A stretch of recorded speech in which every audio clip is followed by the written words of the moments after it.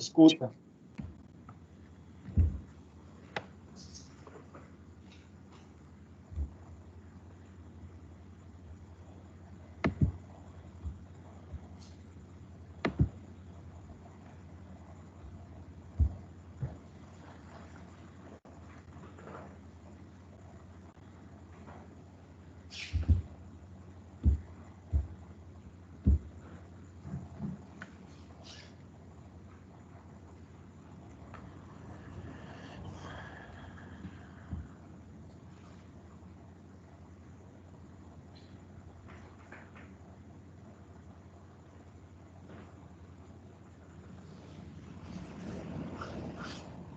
Todo mundo visualiza o slide?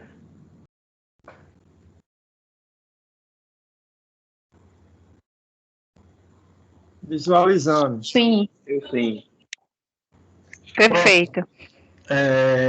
A nossa aula de hoje nós vamos falar sobre os princípios gerais dos preparos cavitários.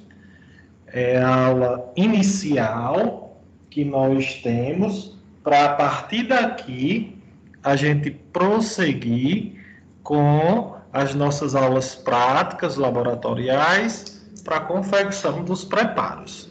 Então, antes da gente iniciar, pessoal, a gente precisa saber o que é um preparo cavitário, né? Então, o preparo cavitário, ele nada mais é do que eu pegar aquele meu dentinho que tem uma lesão de cárie, aquele meu dente que apresenta uma doença, ou seja, uma patologia, onde muitas vezes essa doença cárie leva à formação de uma cavidade por si só, pela lesão, e eu tratar essa lesão de cárie, eu tratar essa doença cárie, para objetivar que as estruturas remanescentes estejam aptas para receber um material restaurador, um material que venha devolver a parte funcional desse elemento dental que foi perdido. Então, o preparo cavitário, pessoal, nada mais é do que o tratamento biomecânico que eu vou dar às paredes, né, da cavidade, com o objetivo de, ao realizar a restauração, manter essa restauração em posição, consequentemente, ter uma resistência estrutural contra fraturas, contra trincas, contra possíveis danos que essa restauração venha a ter e, consequentemente, manter a integridade da interface dente-restauração. Então, quando eu executo o meu preparo, eu objetivo fazer com que essa minha restauração segure, se retenha, não se quebre e que mantenha-se em boca por muito tempo, ou seja, que tenha longevidade clínica. Só que esses preparos, esses princípios que regem o preparo cavitário, não é novo. Isso é uma filosofia antiga, lá tratada em 1909, né? Entre 1906 a 1909, foi idealizada por Black, aquele mesmo cara que deu as classificações das cavidades. Só que se a gente for pensar, a visão que Black tinha da doença cárie, lá em 1909, era uma visão totalmente diferente da que nós temos hoje. Na época que Black preconizou os princípios deles, que já já eu passo para vocês quais foram, a doença cárie, ela era tida como uma doença de evolução rápida. A doença cárie era tida como uma doença de evolução rápida. E naquela época, o único material que existia era o amálgama dental.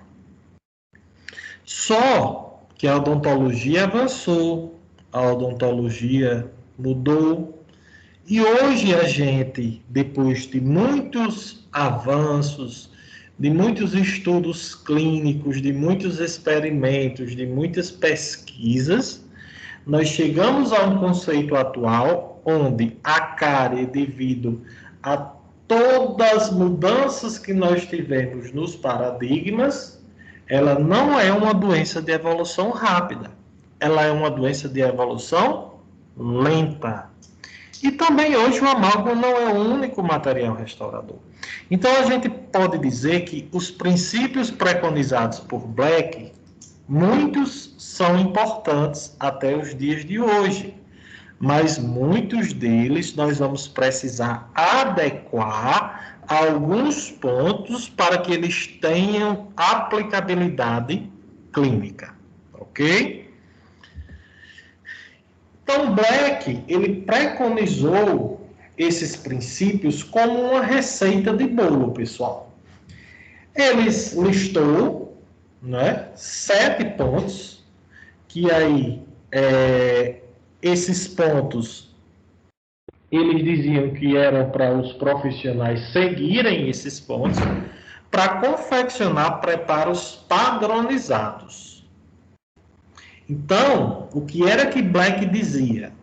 Se o paciente chega com uma lesão de cárie na superfície oclusal, se o meu paciente chega com uma lesão de cárie na superfície oclusal, num pontinho, nós vamos fazer a restauração de toda aquela área de cicatrículas e fissuras, mesmo que não tenha cárie. Por quê?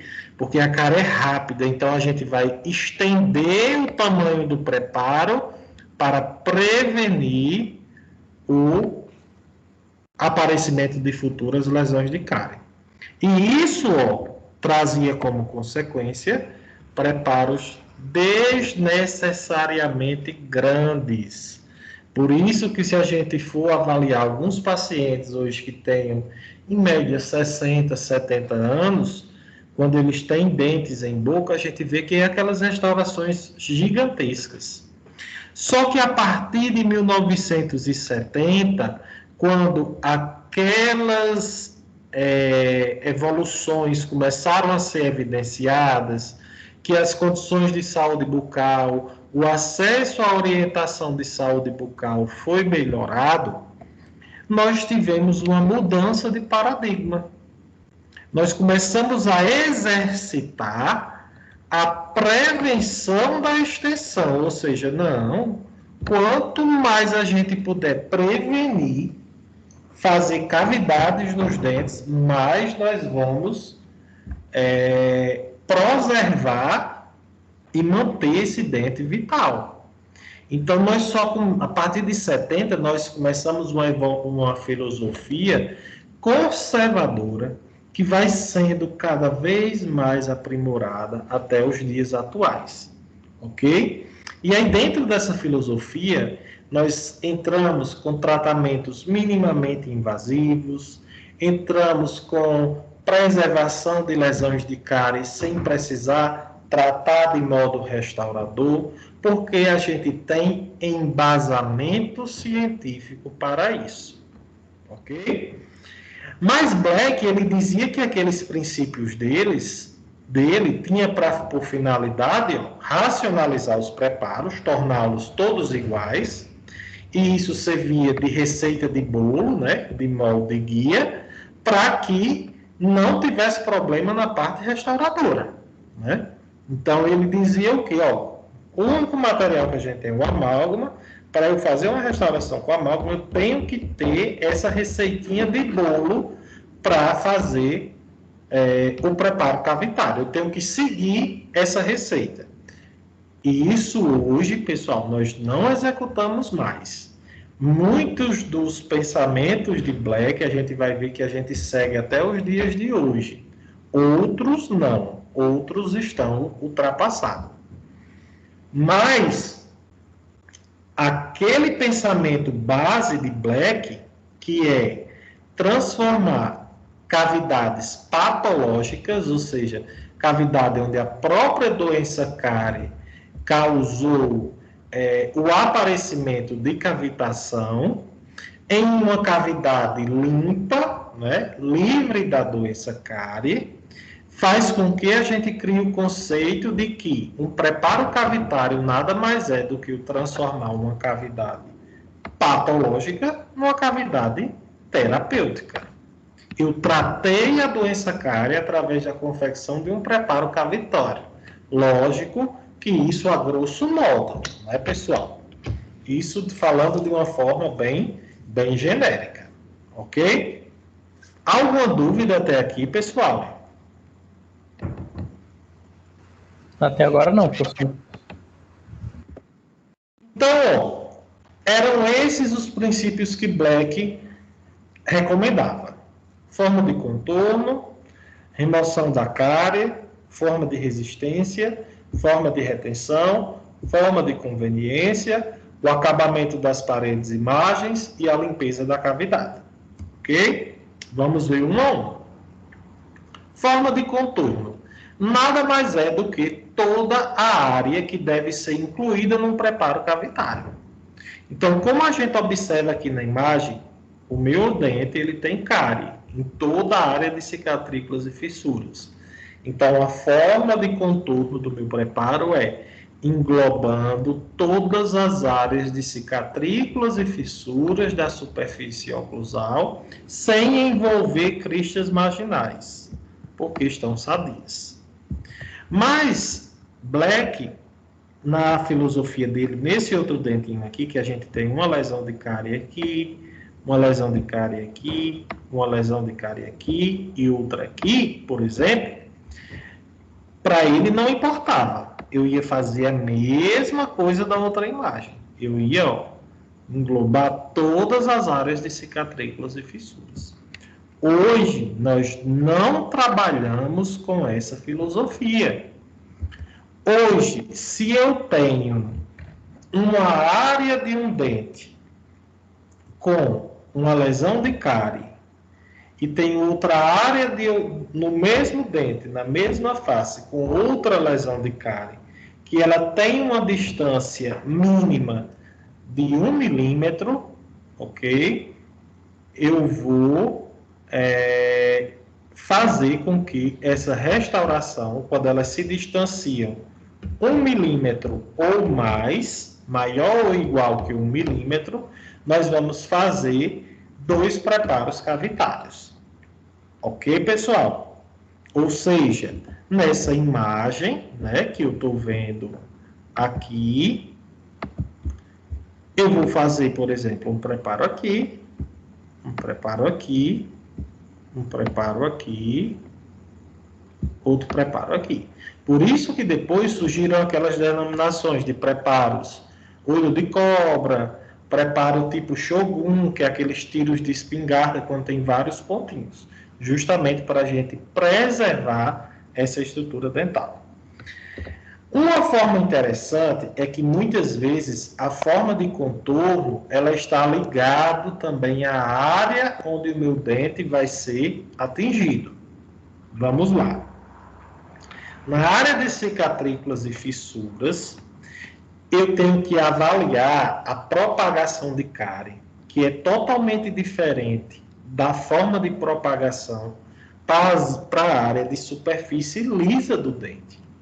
Então, nessa primeira imagem, eu estou vendo uma lesão de cárie, né, atingindo toda a área de macroalescência do esmalte, essas áreas de cicatrículas e fissuras.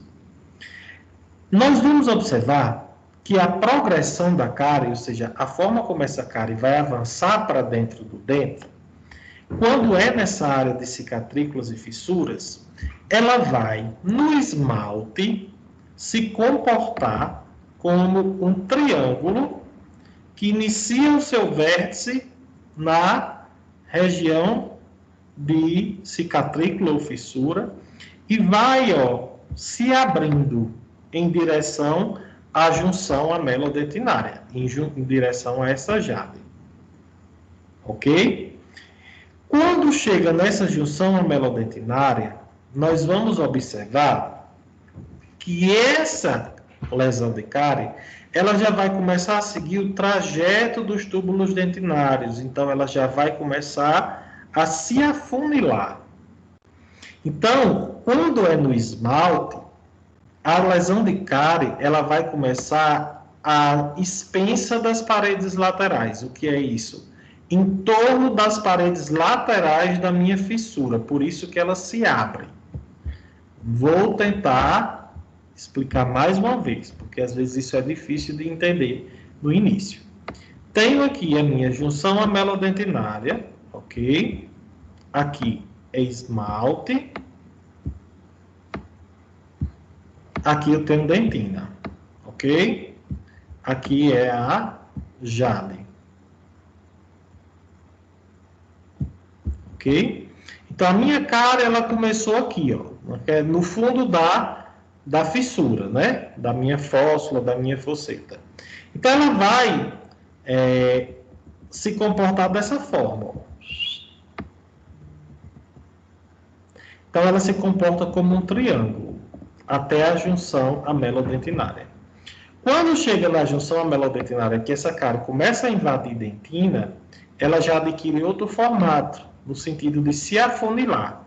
E isso vai me dar um desenho semelhante a dois triângulos de base justapostas, ou seja, a base de um triângulo, a base de um triângulo, encontrando a base de outro triângulo.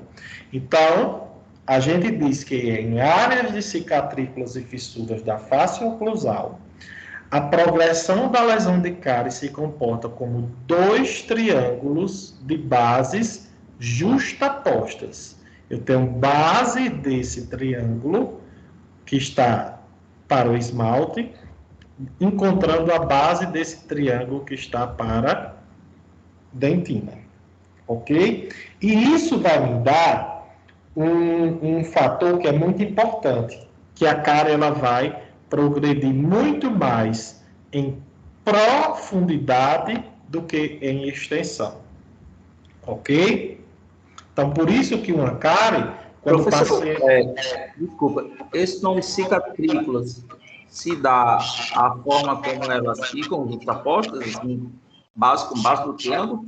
O que tem a ser a cicatrícula? Cicatrículas e fissuras são os acidentes anatômicos da superfície oclusal. São todas aquelas reentrâncias, né, que fica entre os sulcos, que fica entre as fissuras, as fossetas.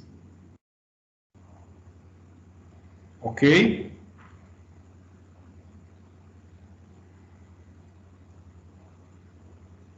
Deu para entender? Deu sim, valeu, obrigado. Então, isso, pessoal, faz com que a gente tenha uma progressão de cárie na lesão de cicatrícula e fissura muito mais em profundidade do que em extensão. E aí vem aquela coisa, ó, quando eu tenho duas lesões de cárie, que eu já falei, e que a distância dela é maior ou igual a 1 milímetro, o que é que eu faço? Dois preparos, ó, isolados, dois olhinhos de cobra. Então, nesse preparo aqui, a cárie está unida já uma na outra, então é um preparo só, como a gente vê na imagem. Aqui, ele tem uma distância maior do que 1 milímetro, então, dois preparos isolados. Assim como também, se essa distância tiver menor do que 1 milímetro, então, se tiver só aquela capinha de esmalte, mas o esmalte está sadio, eu vou deixar? Não, eu não posso deixar. Por quê? Porque esmalte fino, pessoal, é igual a casca de ovo. Se dá um toque nele, ele se quebra. Então, se eu deixar esse esmalte muito fino, entre duas restaurações, ele não vai ser capaz de suportar os esforços mastigatórios. Então, por mais que eu tenha 2 lesões de cárie, que eu tentei ser conservador, mas que quando eu termino de limpar, eu vejo que a distância entre essas 2 cavidades está menos de 1 milímetro, eu tenho que pegar a minha broca montada na minha turbina de alta rotação e confeccionar, igual como a gente está vendo na imagem, um preparo só. Tranquilo? Conforme a gente está vendo aqui, ó. Foi englobado tudo num preparo só. Deu para entender?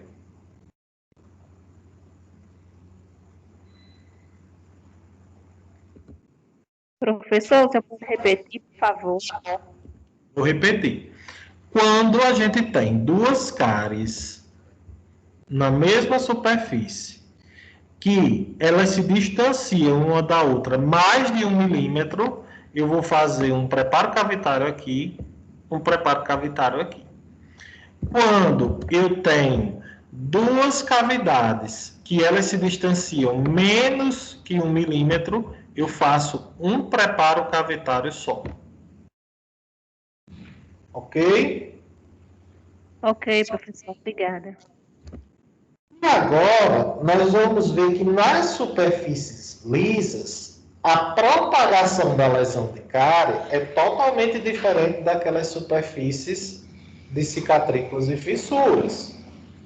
Na superfície lisa do dente, ó, eu tenho aqui o esmalte, né?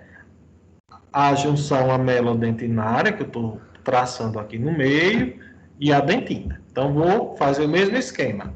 Tem o esmalte aqui e tenho dentina. O que é superfície lisa, pessoal? Face mesial, face distal, face vestibular ou face lingual. Só que a gente sabe que a propensão de aparecimento de cárie é muito maior nas interproximais. Então, por isso que a gente está exemplificando aqui. Então, nessas áreas, no esmalte, ó, a minha lesão de cárie, ela vai ser dessa forma. Ela vai se alargar no início, não é? Ela vai, no esmalte, aumentar o tamanho dela em extensão. Quando chega na jade, na junção amelodentinária, eu tenho outra conformação. Assim. Então, diferente das áreas de cicatrículas e fissuras, nas áreas lisas, o padrão de propagação da lesão de cárie, ela se dá como 2 triângulos. Só que agora é triângulo. Está ápice de um triângulo encontrando a base do outro triângulo. Então, por isso que a gente diz que é uma propagação no formato de ápice contra base. Ok? Dúvidas? Até aqui?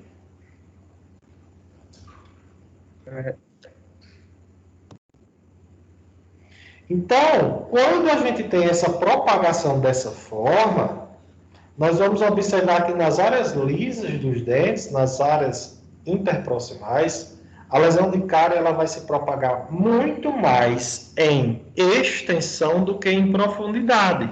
Então, a gente vai ter paredes vestibular e lingual ou palatina bem mais distante uma da outra do que aquela relação entre parede e axial. Por quê, professor? Por conta, ó, dessa forma de propagação de áreas lisas, que são 2 triângulos no formato de ápice contra base. Ok? Professor, o senhor está mostrando aí uma imagem de um dente molar. Essa, vamos dizer assim, regra se aplica também para um dente incisivo? Todas as áreas interproximais. Todas as áreas, independente do dente. Todas as áreas lisas. Ou seja, áreas que não têm cicatrículas e fissuras. Ok? Ok.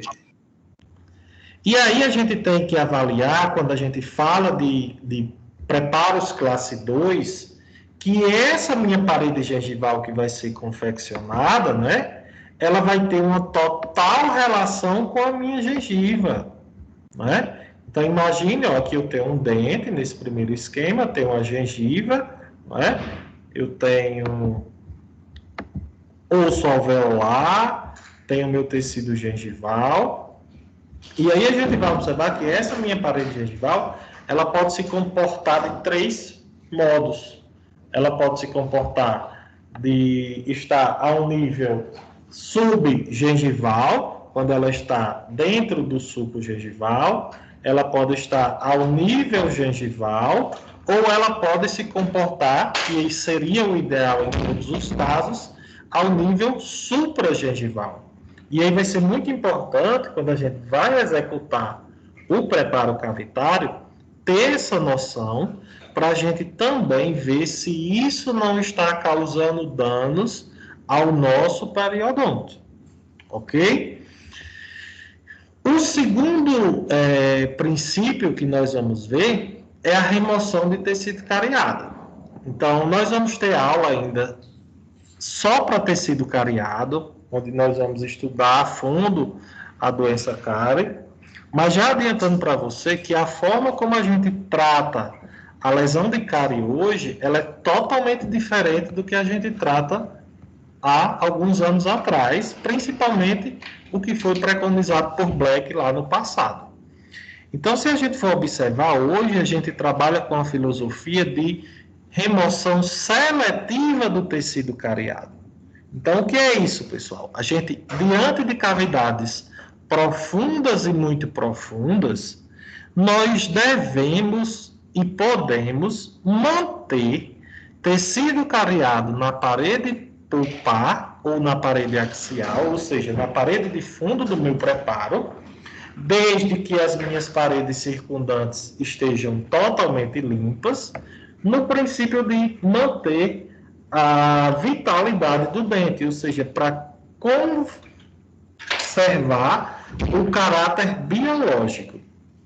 E aí, diversas pesquisas, elas mostram que essa técnica de remoção seletiva do tecido cariado, ela é eficaz, porque quando a gente faz o perfeito selamento hermético das paredes circundantes, ocorre a inativação dessas bactérias através da interrupção dos metabólicos que nós conseguimos fazer selando essa interface, ok? Então, esse princípio da remoção do tecido cariado de Black, nós não seguimos, nós nos adequamos para os dias atuais.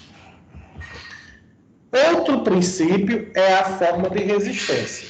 Então, se a gente for parar para observar, pessoal, vocês já pararam para ver quão forte é um órgão dental capaz de resistir à quantidade de forças que são impostas durante um processo mastigatório, durante algumas disfunções, né, do órgão dental, como o caso de bruxismo, como o caso de apertamento. Então, eu acredito que vocês já tiveram aula de princípios dos materiais dentários, e lá nos princípios teve uma parte que o professor deve ter falado para vocês a respeito justamente das forças de tensões que são impostas no dente, que geram uma deformação, né? E aí, quando a gente trabalha com preparo cavitário que vai receber um material restaurador, nós temos que ter muito cuidado nesse preparo, porque essas paredes, elas têm que ser resistentes. Elas têm que ser resistentes para que elas não fraturem, ok? Então, para isso, eu tenho que sempre deixar esmalte suportado em dentina ou esmalte suportado em um material com módulo de elasticidade semelhante ao dente. Então, nós vamos ter que deixar sempre, paredes convergentes, paredes paralelas ou paredes convergentes para oclusal, que além de nos dar forma de resistência, nós vamos ver também que nos ajuda a fazer a retenção da minha cavidade. Então, Quando eu tenho paredes circundantes que apresentam maior altura do que largura, né? Então, altura do que largura, eu considero esse meu preparo um preparo autorretentivo. Eu posso deixar essas paredes paralelas entre si. Mas quando eu tenho um preparo, que é um preparo que ele é mais largo do que alto, eu tenho que convergir essas paredes quando eu vou restaurar com amálgama dental. Isso não é aplicado à resina composta, porque as resinas compostas são materiais adesivos. E o amálgama dental, ele é um material somente que fica retido dentro da cavidade através das conformações geométricas dessa cavidade. Professor, não estou entendendo isso. Vou dar um exemplo. Vamos pegar duas latas, ok? Vamos pegar uma lata daqueles doces, aqueles doces goiabada, que aí compra em supermercado. Aqueles doces bem tradicional, né? E vamos pegar uma lata daquelas batatas bem chique que tem, que compra, né? Aquelas batatas, eu não vou dizer o nome aqui, da marca comercial. Mas, vocês sabem, uma que vem num latão. Se eu pegar essas duas latas e preencher as duas com gesso, quando o gesso endurecer, tomar presa, qual é a lata que eu vou conseguir tirar com maior facilidade o gesso? A lata da batata frita ou a lata do doce? Doce. Do doce. Por quê? Porque ela é mais larga do que alta. Por isso que eu tenho que fazer isso com as paredes, ó, convergir. Porque na hora que o meu amálgama endurecer aqui dentro, que tomar presa, ele não consegue sair. Essa daqui não, ela já fica autorretentiva, ela é considerada autorretentiva. Estão entendendo a lógica? Professor, Oi. no caso da... Leonilson já teve até citado isso antes, em outras aulas, Leonilson, sabe? Certo. Aí ele falou que era geralmente as restaurações que vão ser feitas por amálgamas, principalmente nos dentes posteriores, né? Molares, essa preparo tinha que ser trapézio, né? Trapezoidal. É justamente isso aí, é o trapézio invertido, né? Isso, exatamente. É essa conformação que a gente vê na segunda imagem. Ok? Então, ó, a forma de resistência é justamente resumindo tudo que eu tenho aqui, né? Aqui a gente tem algumas coisas que foram preconizadas por Black que a gente não vai dar muita atenção. Vamos lá. Black dizia que a parede pulpar e a parede gengival eu teria que deixar elas totalmente planas, ou seja, retas, paralelas uma à outra e perpendicular ao longo eixo do dente. A gente não vai seguir isso. Por quê? Estou aqui nessa parede gengival. Aí eu venho fazendo o preparo e vejo que a cárie só aprofundou mais nessa área aqui. Eu vou descer essa parede toda para seguir o princípio de Black? Não. Eu vou só atuar onde tem tecido cariado. Ok? Então, isso aqui a gente vai evitar. Vamos ser restrito à remoção do tecido cariado. Paredes vestibular e lingual convergentes para oclusal. Sim, seguimos. Quando a gente tem cavidades, o quê? Cavidades que são mais largas do que altas. Paredes circundantes paralelas entre si. Seguimos. Cavidades autorretentivas. E uma forma de resistência, ó, o ângulo cavo superficial, que é o ângulo formado entre as paredes circundantes e a superfície externa do dente, tem que terminar, pessoal, em 90 graus, ó. Que vou até apagar tudo para vocês verem. Tem que, ó, terminar esse ângulozinho em 90 graus. Para quem não sabe, 90 graus, ó, lembrando lá de geometria, um ângulo reto, porque senão vai ficar esmalte sem suporte ou esmalte em pequenas espessuras e acontece o quê? Fratura. Se fratura, cria uma via de acesso para metabólitos, íons e bactérias. E aí, ó, chega na polpa. Ok? Então, ó, jamais a gente vai deixar um ângulo agudo nessas faces proximais. Então, você imagine que aqui não está formando um ângulo de 90 graus, ó. Eu tenho um esmalte sem suporte. Aqui nem o material que está fino vai aguentar, porque a amálgama não aguenta, nem esse esmalte vai aguentar. Então, vai acontecer o que aqui? Vai fraturar. Por isso que a gente vê muito pacientes que têm classe 2, né? Chegando, ó, com essas margens fraturadas, porque não fazem adequação. Professor, e quando eu estou diante dessa situação, que eu vejo que essa parede vestibular, que essa parede lingual ficou com um ângulo agudo, você vai fazer um manejo, e aí a gente tem que fazer esse manejo, de desgastar, fazer um desgaste adicional desse esmalte, mais ou menos assim, ó, para que esse ângulo ele termine reto. E o nome desse manejo é curva reversa de Hollenbeck. É um desgaste adicional que eu executo na parede vestibular e na parede lingual das caixas proximais de uma classe 2, com o objetivo de deixar esse ângulo, ó, reto, evitar que esse esmalte fique sem suporte e evitar, ó, espessuras finas de material nessa interface. Deu para entender, pessoal? Ou alguém tem alguma dúvida? Se puder repetir de novo, aí eu vou agradecer. Agora, vamos lá. Professor, é tipo fazendo a retenção da retenção, essa curva de Hollenbeck? Não. A gente está falando nada de retenção, a gente está falando em resistência. Curva de Hollenbeck é para dar resistência ao preparo, para evitar que esse preparo frature.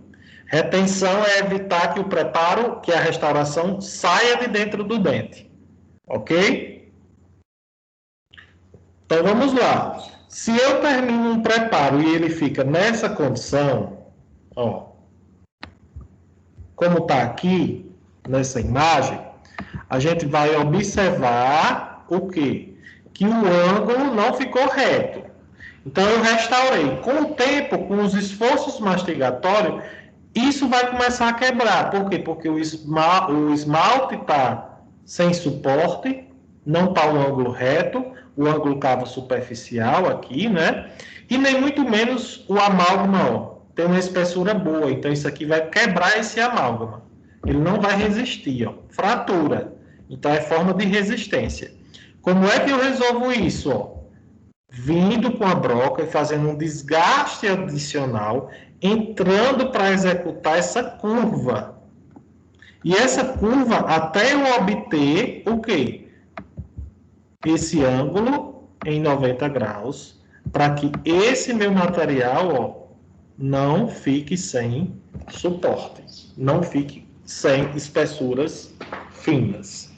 Ok? E o nome disso é curva reversa de Hollenbeck. Então, o que é a curva reversa de Hollenbeck? É um manejo que a gente faz um desgaste adicional nas paredes vestibular e lingual de uma caixa proximal, objetivando deixar o ângulo cavo superficial em 90 graus e, consequentemente, garantindo resistência à interface dente e material restaurador. Ok, pessoal? Não, agora eu entendi direitinho. Além disso, uma forma da gente garantir resistência do preparos é avaliar os ângulos internos. Todos os ângulos internos todos os diedros, todos os triedros, independente que seja para amálgama ou resina composta, esse ângulo ele tem que ser um ângulo arredondado. Eu não posso deixar ângulo reto. Porque dentro da cavidade isso vai servir de acúmulo de tensão. É uma viagem, mas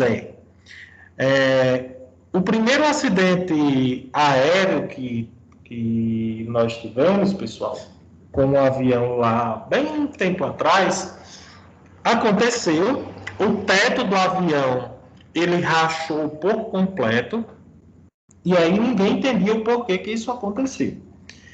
Então, depois de muitas perícias, de muitos estudos, foram observar que as janelas do avião, elas eram quadradas.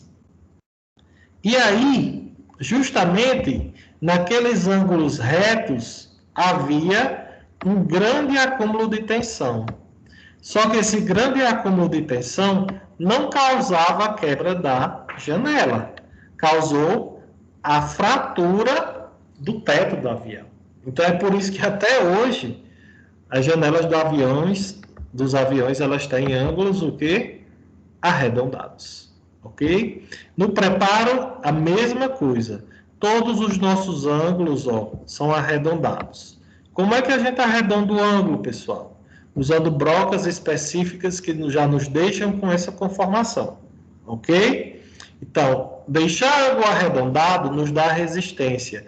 Porque se eu deixar esse ângulo reto, isso vai ser um acúmulo de tensão e vai gerar fraturas e trincas, tanto no meu esmalte, como no meu material restaurador. Ok, pessoal?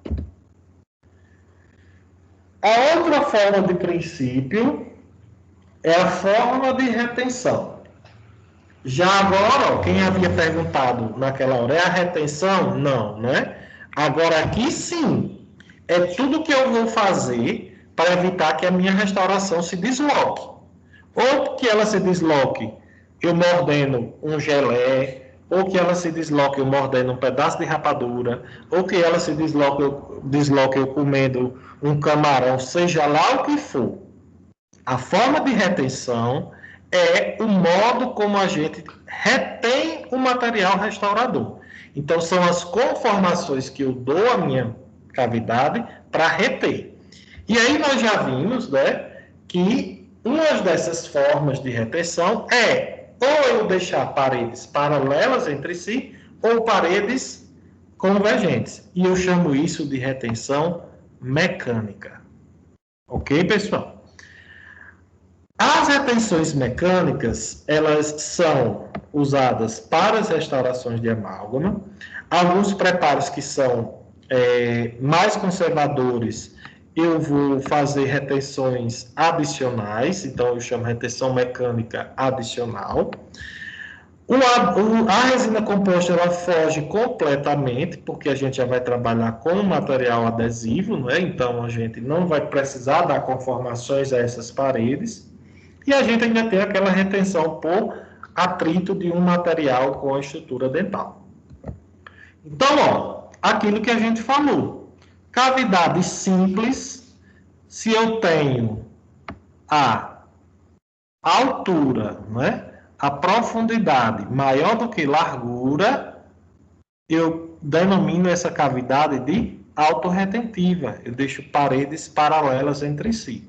Se eu tenho a minha profundidade menor do que a minha largura, eu deixo paredes convergentes para oclusar.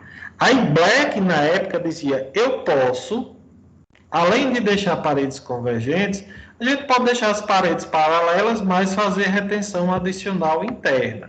Mas a gente corre um grande risco de que, pessoal, daqui eu deixar ângulo avivado, ângulos vivos, e isso gera acúmulo de tensão, e aí já vai comprometer o quê? A forma de resistência. Então, vamos dar a opção para trabalhar nos dias de hoje com cavidades autorretentivas ou paredes convergentes para oclusal, que é aquele formato trapezoidal, que você falou no início, não sei quem foi, mas que alguém falou. Ok?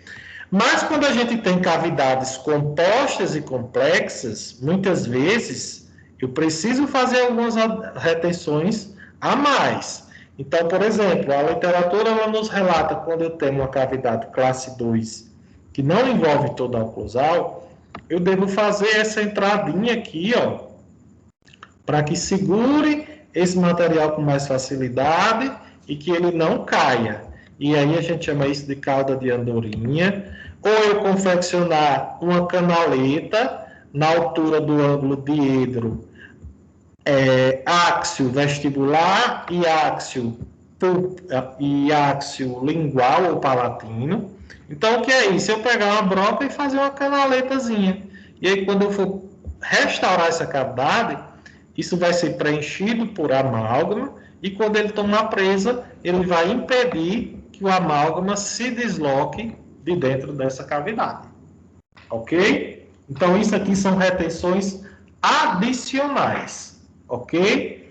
Mas, pessoal, na maioria das cavidades, classe 2, tipo OM, OD, MOD, a gente trabalhar só com essas inclinações das paredes, elas já nos dão boas condições. Sempre seguindo aqui.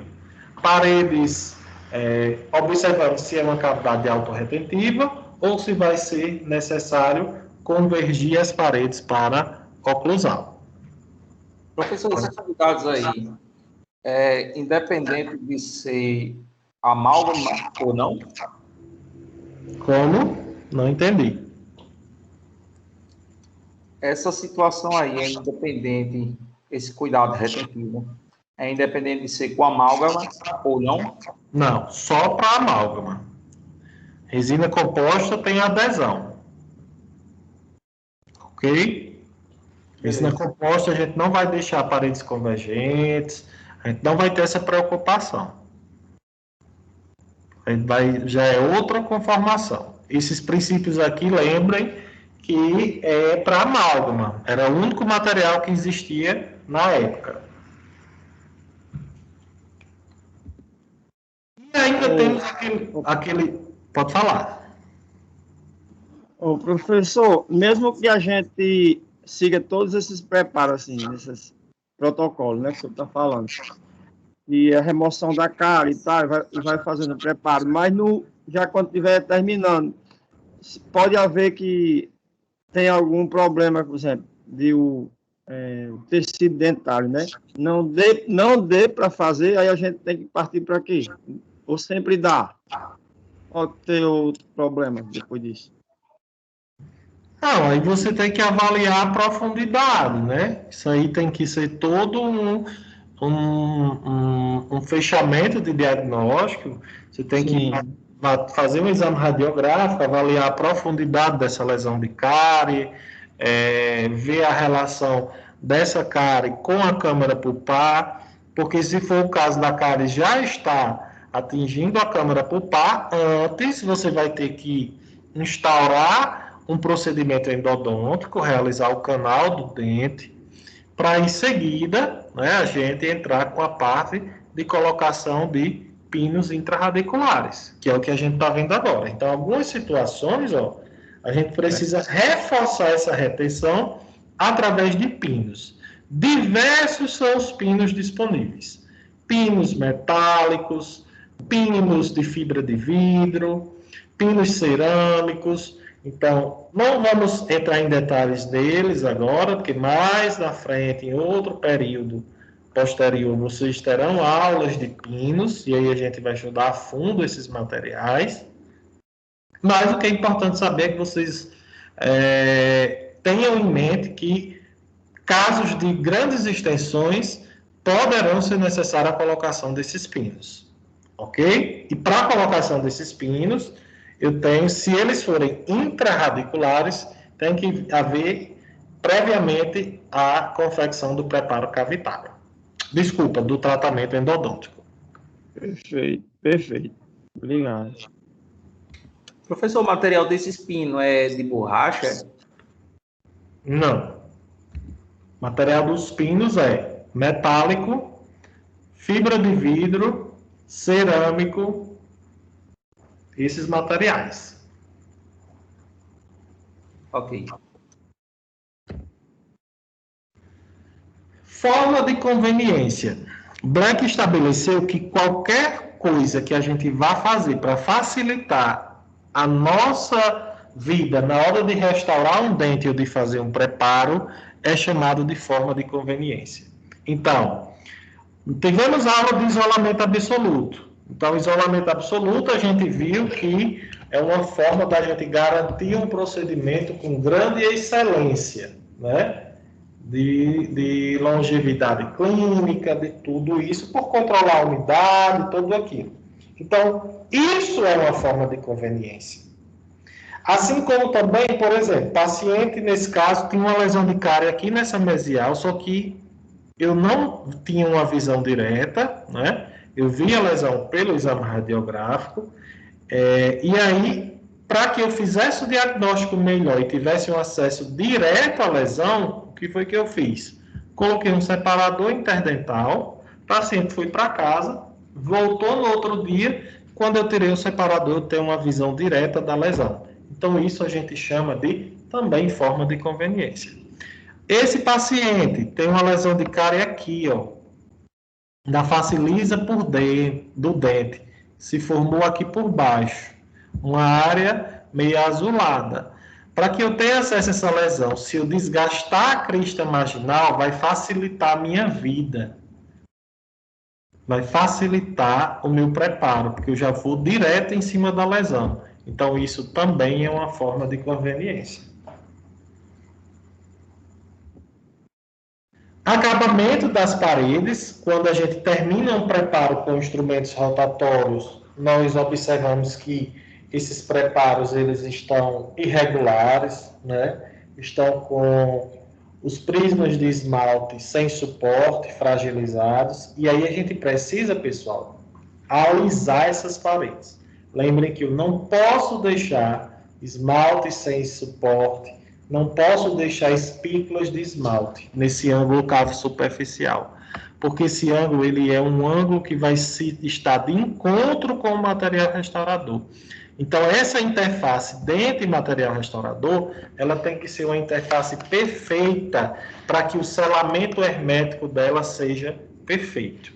Então, para isso, nós vamos ver que tem alguns instrumentos manuais que nós vamos utilizar nesses ângulos para tirar essas irregularidades, para deixar tanto as paredes como os ângulos lisos, sem prismas de esmalte, sem suporte. Ok? E, por último, o último princípio de Black é a limpeza cavitária. Black de sol, vocês não terminaram o preparo. Se a gente for olhar no microscópio, aquela dentina lá das paredes circundantes está tudo obliterada de uma lama dentinária, que ele chamou de smear layer. Então, a smear layer é uma lama dentinária que oblitera a entrada dos túbulos, que ela é formada por restos de dentina, bactérias mortas, tratos, núcleos de bactérias que foram mortas durante o preparo, óleos lubrificantes que soltam do spray à água das nossas canetas. Então, tudo isso forma essa lama dentinária. Para alguns materiais, essa smear layer precisa ser limpa por completo. Qual é o material? Resina composta. Então, para esse material, a solução de limpeza que nós vamos utilizar nos dias atuais é o ácido fosfórico a 37%. Que é esse ácidozinho gel que a gente usa na aplicação do sistema adesivo. Para restaurações em amálgama dental, nós vamos limpar essa cavidade com soluções não desmineralizantes, que não retiram mineral.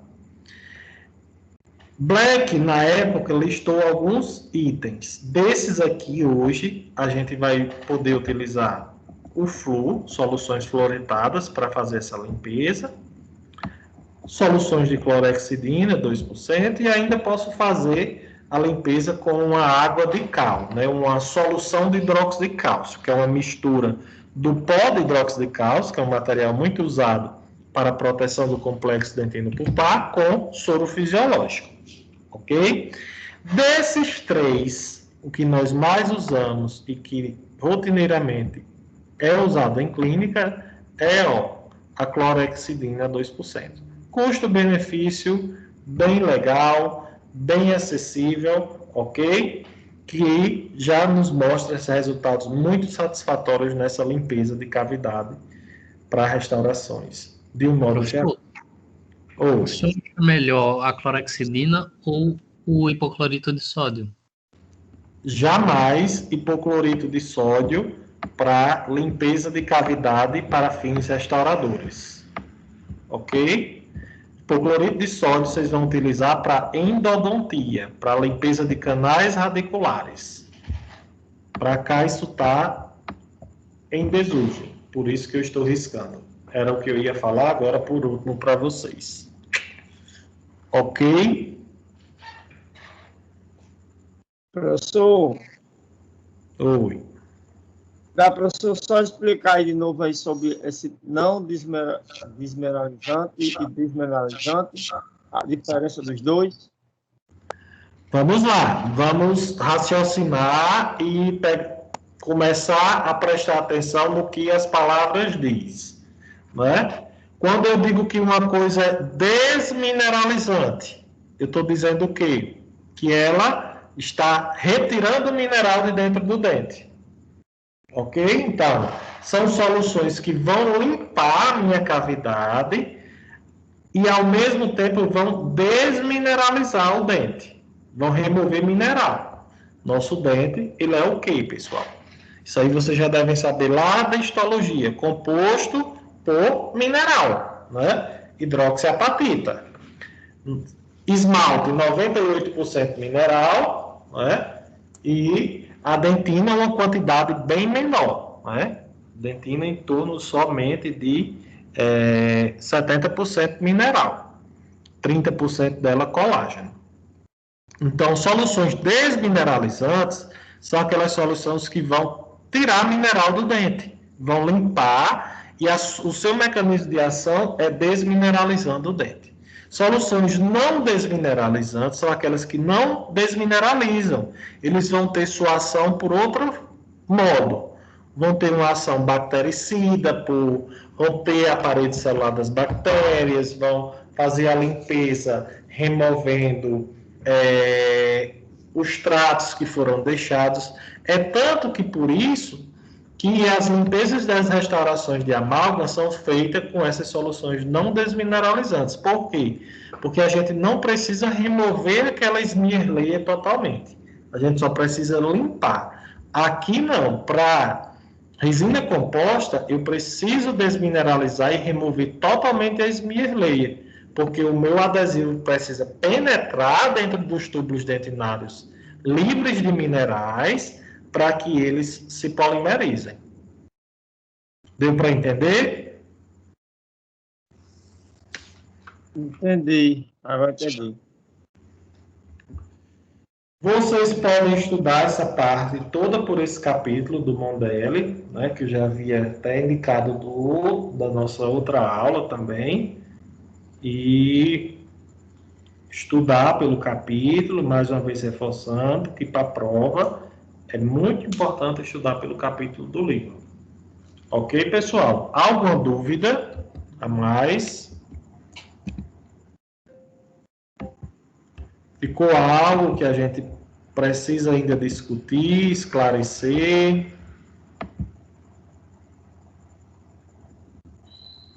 Assim, eu acho que, não sei se vai ser tema de outras aulas, né, nesse sentido, no caso, por exemplo, de uma restauração, um preparo que a gente tem que fazer que já está um dente restaurado com amálgama, por exemplo, se já tem uma cárie já sucessiva com amálgama. Aí a gente retira o amálgama e faz outro preparo, ou é tema de outras aulas? Não, isso aí você vai estar... Quando você vai executar um preparo cavitário, independente de que você esteja removendo cárie ou removendo um material restaurador antigo, A lógica são esses princípios. Certo. Ok? A lógica é a mesma, não há diferença. Você está retirando um material que não presta. Lembrem do objetivo do preparo: transformar uma cavidade patológica numa cavidade terapêutica. Ok?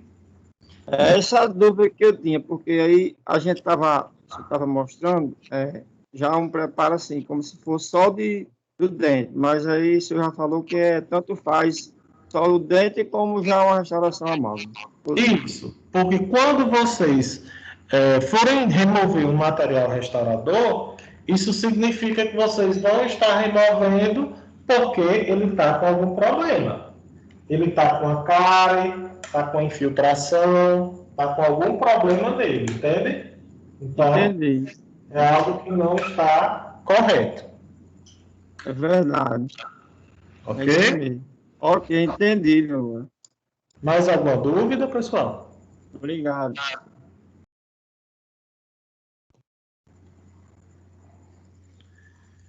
Então é isso aí, um abraço a todos, fiquem com Deus, estudem, que a prova está se aproximando, ok?